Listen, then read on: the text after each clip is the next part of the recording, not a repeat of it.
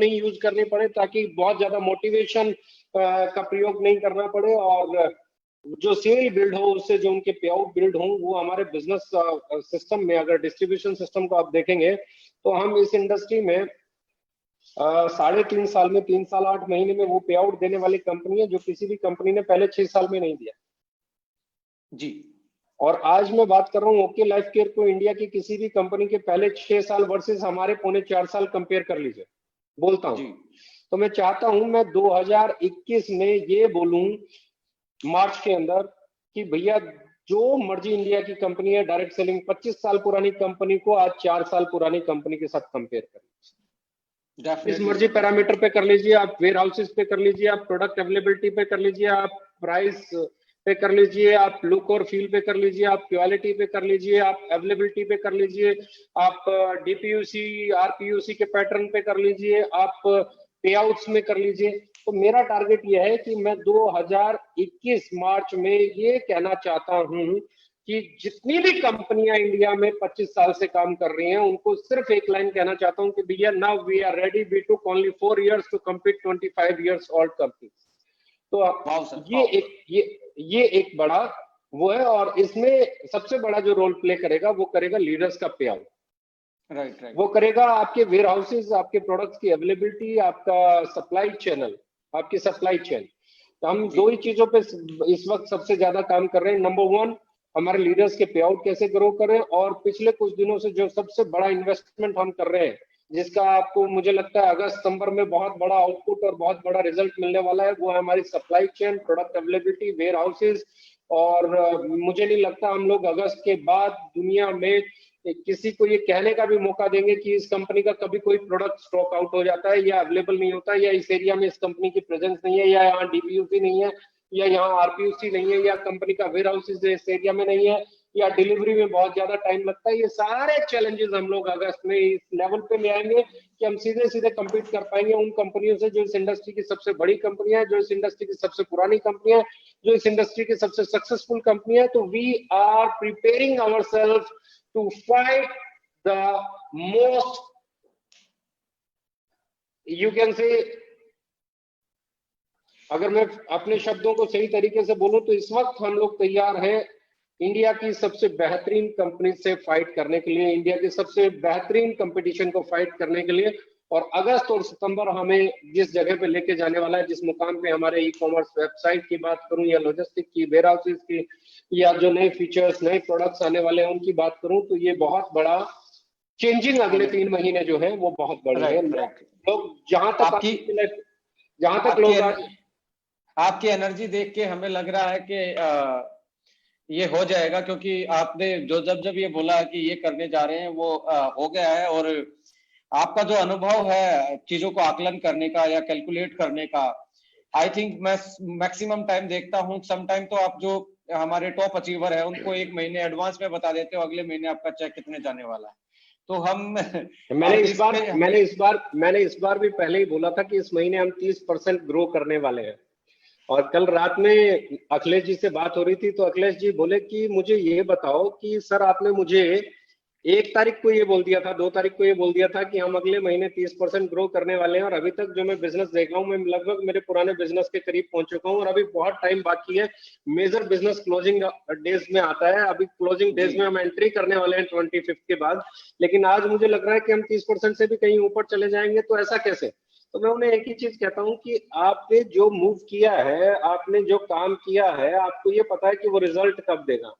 तो जो सीआरएफ का पे आउट आया है फ्रेशर्स लोगों के लिए, जो इन्होंने पहली बार सुपर एक्टिव बोनस बनाया होगा, जिन्होंने कार फंड बनाया होगा, उन लोगों को जो पे आउट बनाया, जिन्होंने पहली बार एक्टिव बोनस बनाया होगा, उनको जो पे आउट आया है, वो पे आउट मोटिवेट करता है लोगों को फर्दर काम करने के लिए। और वो एक्साइटमेंट, वो मोटिवेशन, वो जो एक्चुअल मतलब यू कैन से आपने उनकी जेब में पैसा डालने का काम किया सीधे सीधे ऐसे टफ टाइम में, 10% कंपनी का बिजनेस वॉल्यूम का आपने जो एडिशनल दिया है वो अपना रोल प्ले करेगा। क्योंकि मैं हिंदुस्तानियों के बारे में एक चीज जानता हूं, जब आप उनके बारे में सोचोगे तो वो अपने बारे में और आपके बारे में कहीं ईमानदारी से सोचोगे। वाह सर, वाह। नेक्स्ट क्वेश्चन है, क्योंकि अभी क्वेश्चन खत्म नहीं हुए सर। मैं नेक्स्ट क्वेश्चन आज पूरी आपने तैयारी आज कर रखी है। आज मैंने जैसे इंग्रेडिएंट की लिस्ट बनाते हैं, आज आपके लिए क्वेश्चनों की लिस्ट है, तो एक आज पूरा प्रोडक्ट बन ही जाए। ठीक है। नेक्स्ट क्वेश्चन मैंने नोट किया है कि देखिए, आप मुझे बता देते, मैं बीच में 2-3 ब्रेक का इंतजाम कर लेता, अपनी चाय कॉफी पीता रहता, क्योंकि आज मुझे लग रहा है कि आप लोगों को ब्रेन फ्यूल के बाद हार्ट फ्यूल देने में इतने बिजी रहेंगे कहीं मेरा तेल ना निकाल दे। नहीं नहीं, ऐसा नहीं होगा सर, बड़े आराम से क्वेश्चन पूछेंगे आपसे। नेक्स्ट क्वेश्चन मैं पूछ रहा हूँ, देखिए प्रमोशन के तरीके इस इंडस्ट्री में बहुत अलग अलग हैं, अलग अलग कंपनी अपनी अपनी स्ट्रेटजी पे काम करती है, किसी का कोई तरीका है। फिर भी मैं इस इंडस्ट्री में सबसे ज्यादा देख पा रहा हूँ मोटिवेशन का तरीका सभी लोगों ने अपनाया अभी, मैं जितने भी पास प्लेटफॉर्म का मेरा देखने का अनुभव रहा है। जब मैं आपकी तरफ देखता हूँ या आपके तरीकों को देखता हूँ, तो आप जब स्टार्टिंग से ही मैं आपके साथ हूं, तो देख पा रहा हूँ ट्रेनिंग मीटिंग्स में आपने मोटिवेशन को इतनी जगह नहीं दी। हालांकि मोटिवेशन इंपॉर्टेंट है जो स्किल डेवलपमेंट वाला है, बट जो हाइपोथेटिकली मोटिवेशन है, जो लोगों को मतलब एक तरीके से न्यू परचेज के लिए मतलब एक पर्टिकुलर सेल के लिए एक पर्टिकुलर टाइम में काम आता है, उसका तरीका और आपका तरीके में बहुत डिफरेंस देख रहा हूँ। आपने फैक्ट्स पे, फिगर्स पे बात की, आपने कैलकुलेशन पे बात की, आपने रियल जेन्युइन ग्राउंड लेवल की प्रॉब्लम पे बात की। तो कहां तक जायज है कि जो हाइपोथेटिकली मोटिवेशन है वो इस इंडस्ट्री में ज्यादा इंपॉर्टेंट रहता है, या आपने जो ये फैक्ट्स फिगर की बात कर रहे हैं ये ज्यादा आपके अनुभव में, क्योंकि आपने लीडरशिप में भी सर प्लीज कंप्लीट करने दीजिए, क्योंकि लीडर रहते हो आपने भी ये मुझे लगता है ये हाइपोथेटिकली इमोशनल अत्याचार किए होंगे, नो डाउट, क्योंकि हमारी इंडस्ट्री उससे उससे निकल के आई है। Right now you are not working on motivational, you are working on the facts, figure and calculation and the problem our distributor are facing in on the grounds. तो इसके बारे में क्या कहना चाहते हैं? What is motivation and what is facts and figure? देखो, मेरा मानना ये है कि आपका मोटिवेशन टेम्परेरी होता है, क्योंकि आप कितना ही अच्छा मोटिवेशन यूज कर लें वो टेम्परेरी है। मैं बात करूं, आज आप अपनी लाइफ में है ना एक बहुत अच्छा सा गाड़ी लेना चाहते हैं, वो मोटिवेशन है, आपसे काम कराएगा। लेकिन जिस दिन वो गाड़ी आ जाएगी उसके बाद यानी कि आप लग्जरी कारों की बात कर रहे हैं। कुछ दिनों के बाद आप उस गाड़ी को धोना भी पसंद नहीं करते हैं समटाइम्स। वो कहाँ पे खड़ी है आप ध्यान नहीं देते हैं। पहले दिन तो आप उसको बहुत चमका के बहुत संभाल के चलाते हैं, फिर उसको रफ भी यूज करना शुरू कर देते हैं जी। अल्टीमेटली द सेम वे मैं मोटिवेशन के लिए एक चीज कहता हूँ, मोटिवेशन दो धारी तलवार है। देखो, आप कर सकते हो, आपको करना चाहिए, आपको अपनी लाइफ में पॉजिटिव बदलाव लेके आना चाहिए, आपको सीखना चाहिए, आपको स्किलफुल होना चाहिए। इसके लिए आप मोटिवेट कर रहे हो तो very good motivation, you can use this kind of motivation. इस तरह का मोटिवेशन आप प्रयोग कर सकते हैं। लेकिन आपकी जिंदगी मैं बदल के रख दूंगा, आपकी जिंदगी में सब होगा, आप करोड़पति बन जाओगे, आप बल्क सेल कर लो, आप एक बार ये वाला रैंक अचीव कर लो, आप एक बार ये वाली गाड़ी ले आओ, आप एक बार ये कर लो, फिर आपकी जिंदगी में ये मुझे पॉइजन लगता है। किसी को इमोशनल सपोर्ट देना, किसी को सहारा देना, किसी के कंधे पे हाथ रख के कहना भाई I am with you, it's a very good motivation. लेकिन किसी के कंधे पे हाथ रख के कहना ठीक है यार तू बड़ा बनना चाहता है, एक काम कर, एक अच्छी सी गाड़ी ले ले, तू बड़ा बनना चाहता है, एक काम कर ले, अपने घर को भर ले प्रोडक्ट्स के साथ, एक काम कर ले, तू ये रैंक अचीव कर ले, मुझे ये मोटिवेशन समझ में नहीं आता जी। आपने हमेशा देखा होगा मैंने बल्क सेल के खिलाफ बोला, मैंने हमेशा ये बोला कि अगर आपके घर पे कोई भी एक साबुन भी एक्स्ट्रा आ रहा है, एक टूथपेस्ट भी एक्स्ट्रा आ रही है, या ब्रेन फ्यूल भी एक्स्ट्रा आ रहा है जिसको आप बेच नहीं सकते या कंज्यूम नहीं कर सकते, तो ये आप अपने साथ गलत कर रहे हो। आपके घर में एक भी प्रोडक्ट ऐसा नहीं आना चाहिए जिसे आप बेच नहीं सकते या जिसे आप कंज्यूम नहीं कर सकते। मतलब आपकी रिक्वायरमेंट जितने की है, आपकी रिक्वायरमेंट 50 रुपए की है तो 50 रुपए का ही प्रोडक्ट खरीदो, आपकी रिक्वायरमेंट 100 रुपए की है तो 100 का ही खरीदो। आप 1000 रुपए का बेच सकते हो तो 1000 रुपए का ही खरीदो, आप 1000 रुपए का बेच सकते हो 5000 का मत खरीदो, आप 5000 का बेच सकते हो 5000 का खरीदो, 10,000 का मत खरीदो। तो मैंने क्या कहा, मैंने सिर्फ एक चीज कही कि लोगों के घर गोडाउन नहीं होने चाहिए। मैंने कहा रैंक बेस्ड बिजनेस नहीं होना चाहिए, क्योंकि रैंक बेस्ड बिजनेस लोगों के घरों को गोडाउन बनवा देता है। आपकी कंपनी में हर तरह के लोग आते हैं, कुछ ऐसे भी आते हैं जो आपकी एजुकेशन को फॉलो करते हैं, कुछ ऐसे भी आते हैं जो अपनी तिकड़म लड़ा जाते हैं जी। तो अपनी तिकड़म अगर आप मोटिवेट करोगे, आप भी मोटिवेट कर रहे हो और नीचे भी कोई तिकड़म लड़ाने वाला आ गया तो फिर तो गलत हो जाएगा ना जी।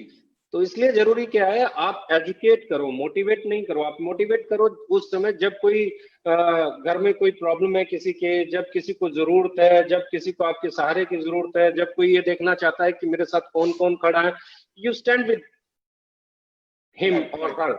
उस समय आप उसके साथ खड़े हो, आपकी अपलाइन है, आपकी डाउनलाइन है, आपकी पैरेलल है, कोई फर्क नहीं पड़ता। और मैंने हमेशा एक ही चीज में बिलीव किया है, मोटिवेशन सही चीज के लिए तो बहुत सही है और गलत चीज के लिए तो बहुत गलत है। मोटिवेशन दो धारी तलवार है। तो इसको चलाने वाले, असल में क्या हो गया, इंडस्ट्री में इसको सब चलाना चाहते हैं, और बुरी बात यह है इसको वो भी चलाना चाहते हैं जिसे ये इसका प्रयोग मालूम ही नहीं है। हाई पिच ले आना, पिच को सीख लेना, अच्छी स्पीकिंग क्वालिटी हो जाना। मैं कहता हूँ मोटिवेटर होने से पहले गुड हार्टेड होना बहुत जरूरी है। Right. If A motivator is not a good hearted man, अब वो मोटिवेटर जो है वो गलत काम करेगा। हिटलर भी बहुत अच्छा मोटिवेटर था। जी जी जी। और दुनिया को वॉर की तरफ ले गया। नेपोलियन भी बहुत अच्छा मोटिवेटर था, पर दुनिया को कहां ले गया। सुभाष चंद्र बोस भी बहुत अच्छा मोटिवेटर था, देश को कहां ले गया। तो सुभाष चंद्र बोस जैसा मोटिवेटर होना, भगत सिंह जैसा मोटिवेटर होना, चंद्रशेखर आजाद जी जैसा मोटिवेटर होना, गांधी जी जैसा मोटिवेटर होना और हिटलर जैसा मोटिवेटर होने में अंतर है। आप मोटिवेटर इधर वाली भाषा में रहो। आप नेताजी सुभाष चंद्र बोस, आप जो कह रहे हो वो खुद के ऊपर भी अप्लाई करो। लोगों के घर गोडाउन बना रहे हो, आपका घर गोडाउन नहीं है। लोगों से बल्क परचेज करा रहे हो, आप नहीं कर रहे हो। लोगों से रैंक के लिए दौड़ा रहे हो, आप खुद नहीं दौड़ रहे हो। मतलब व्हाट इज गोइंग, आप लोगों को यूज ना करें। मेरा मानना यह है, एक मोटिवेटर का एक ट्रेनर होना जरूरी है, गुड हार्टेड होना जरूरी है। तो मेरा मानना यह है कि मोटिवेशन से बाहर निकल के जब आप फैक्ट्स पे बात करते हो, फिगर्स पे बात करते हो, सेल पे बात करते हो, प्रोडक्ट पे बात करते हो, प्राइस पे बात करते हो, इंग्रेडिएंट पे बात करते हो। कल मैं भी एक पोस्ट लिख सकता था कि हमारे से अच्छी हल्दी किसी के पास नहीं है, यूज करके देखो। लेकिन कल मैंने एक पोस्ट डाली जिसमें लिखा हुआ था हमारी हल्दी में 3.5% से ऊपर क्योंकि ने टेस्ट रिपोर्ट के साथ डाली। और मैंने कहा कि जाओ पता करो कौन सी कंपनी दूसरी ऐसी है जो 3% या उससे ऊपर कर्क्यूमिन वाली हल्दी बेच रही है मार्केट में। क्योंकि इस वक्त हल्दी बहुत बड़ा रोल प्ले कर रही है आपकी लाइफ में।